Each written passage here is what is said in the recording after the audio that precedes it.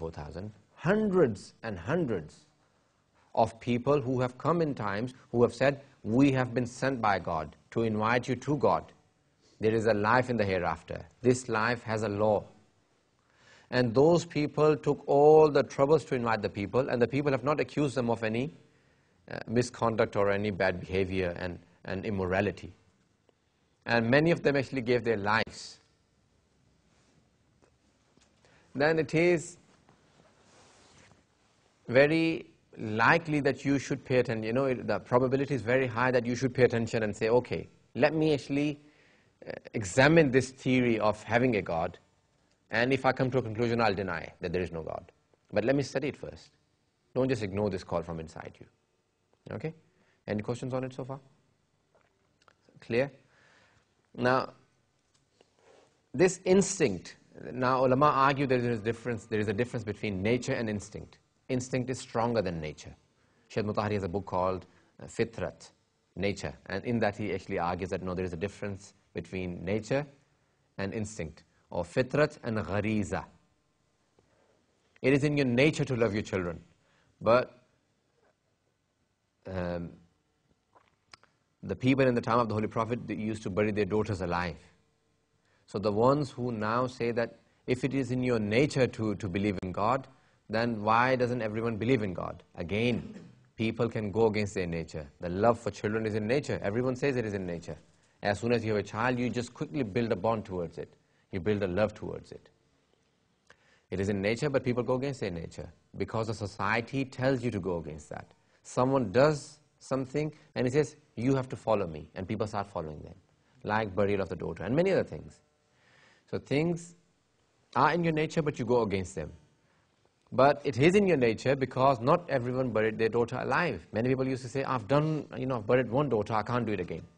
Because it was in their nature to love their daughters. So that nature continuously calls you back, because if everyone had buried their daughters, then there wouldn't be any women to live and to give birth and to be married off. So there were so many people who were not doing it. So that shows that it is in nature, and there are so many people who still say that, yes, I find it in myself. Another argument. Ayatollah Misbah Yazdi says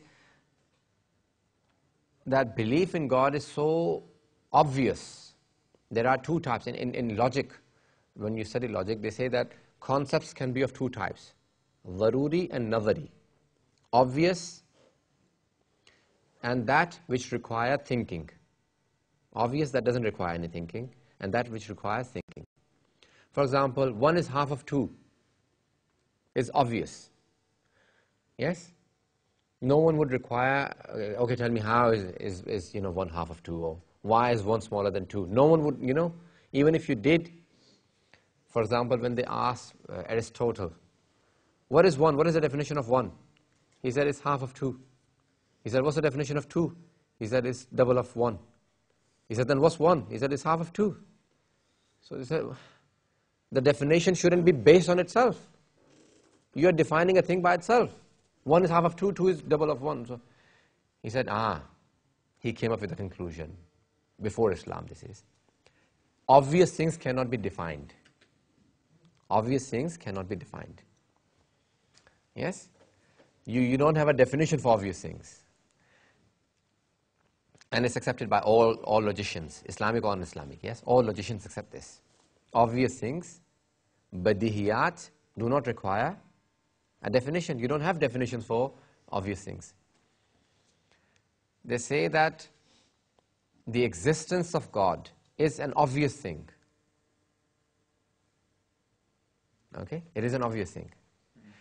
However, Ayatollah Misbah Yazdi says, belief in a God only requires, like if you were to cross a river, you have a moving bridge which is hanging onto a few ropes and some wood. That's it.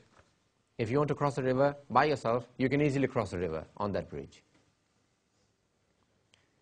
But if you had a whole flock of sheep or something like that, yes, a whole herd or a whole army that wanted to cross that river, you would require a very strong bridge made of concrete and metal.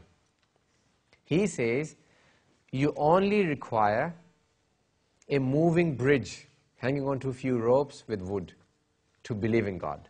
But we are only and only making these concrete metal bridges in proving God because there are so many people who are working against approval.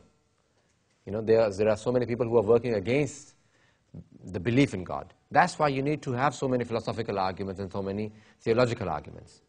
You only and only need them because there are many people in denial of God who are working in confusing the people. Okay?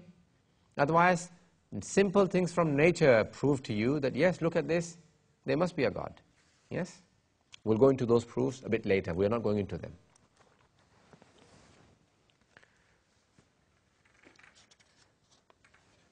Now, should you believe in a religion? They say that this question, that is there a being, a supreme being, these things will only and only be answered in religion, in faith. And hence there is a question, again, when I'm using ahadith and ayat, not because we don't have logical proofs, but because these verses and these ahadith, these traditions, they provide us logical basis, and they are giving us a logical argument towards a person who denies God from the infallibles, from Almighty Allah and the infallibles. The seventh Imam Musa Kazim alayhi salam says,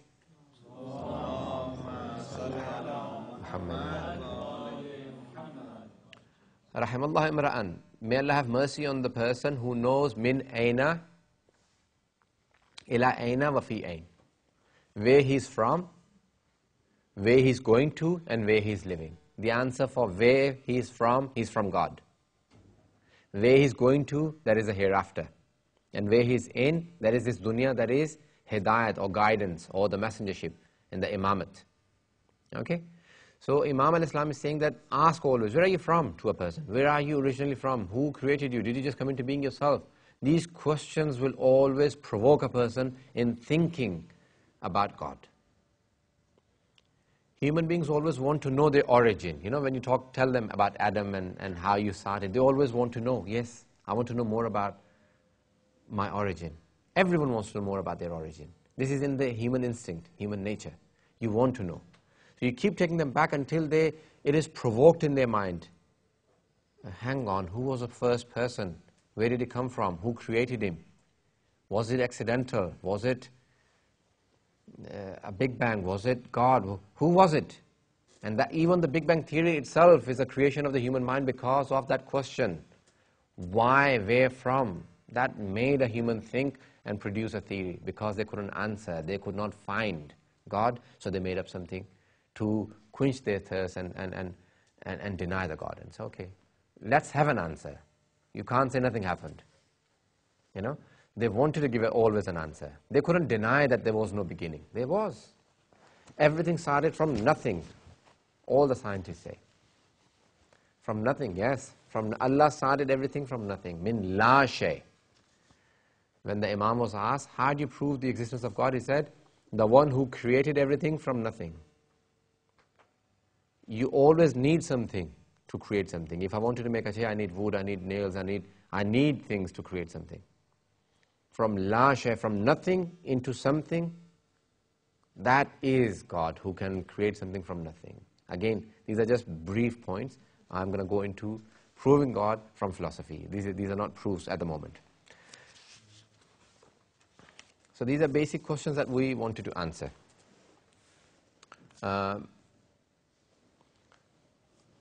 If there are any questions, we'll answer them now.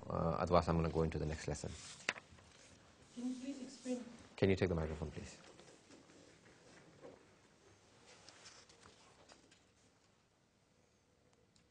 Can you please explain a bit more the bridge theory of the Ayatollah Yazdi?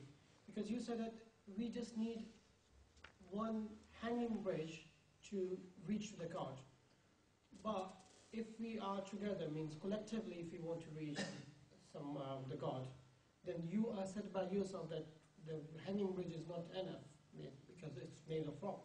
So can you explain that a little bit further, please? Okay.